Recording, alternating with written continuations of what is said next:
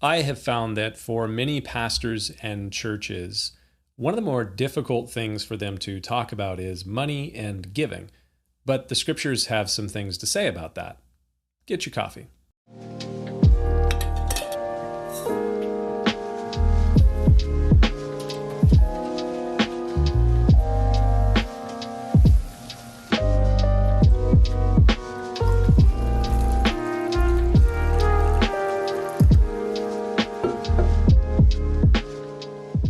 My executive pastor has a saying that I've found to be pretty much spot on.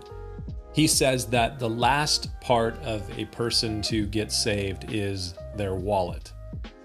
Going all the way back to the earliest times of Christianity, charity and the giving of offerings has been a value among Christians. The earliest Christians lived in close community with one another. Some sold their possessions and divided those things among one another as anyone had need. Of course, for many living in the West at this present moment, that sounds a bit too much like socialism or the dreaded communism, but in actuality, it's neither. Actually, it is what I would call loving Christian community, and the early Christians did it very, very well. Paul in 2 Corinthians uses the example of a community of Christians in Macedonia to motivate the giving of those who lived in Corinth. And I'd suggest that the example of the Macedonian Christians should be a challenge to us as well, even if we are 2,000 years removed. Paul in this passage writes, "Now I want you to know, dear brothers and sisters, what God in his kindness has done through the churches in Macedonia. They are being tested by many troubles, and they are very poor, but they are also filled with abundant joy, which has overflowed in rich generosity. For I can testify that they gave not only what they could afford, but far more. And they did it out of their own free will. They begged us again and again for the privilege of sharing in the gift for the believers in Jerusalem. They even did more than we had hoped. For their first action was to give themselves to the Lord and to us, just as God wanted them to do." When I read these words, I'm reminded of the first time that I had the privilege of leading a short-term mission trip to Africa about 11 years ago or so.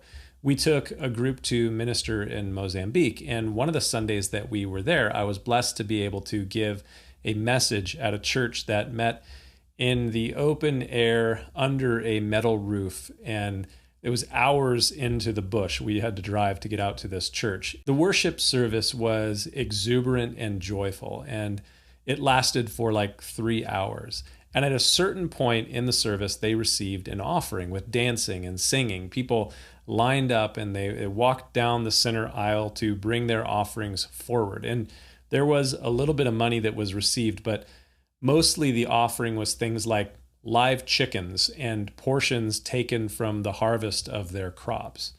The people had next to nothing, but they were filled with abundance of joy to come forward and to give. The offering was truly from their first fruits, and it was filled with just beautiful generosity. They proved the words of Jesus that it is more blessed to give than to receive. And at the end of the day, as myself and our ministry team were packing up in the trucks to leave, the pastor of this small church in the bush, he brought 4 live chickens from the offering to our ministry leader that was working there in Africa. And they practically begged us to take the chickens to share in the gift that they had received that morning. And I remember for the next 3 or so hours as we drove back to our coastal base there in Mozambique, I sat in the bed of a truck next to 4 live chickens as we bounced along the dirt road. It is fascinating to me when I meet people that have been Christians for years, and they've been members of a church for a long time, but they have never developed a discipline to give. They just don't give to that ministry. There is no offering from them. As my executive pastor has observed, the last thing to get saved for a lot of people is their wallet. I'm not seeking to boast in this in any way, but for my family, the first fruits of our goods, we recognize that they belong to the Lord. As a family, it has always been the way that we have lived, and it always will be.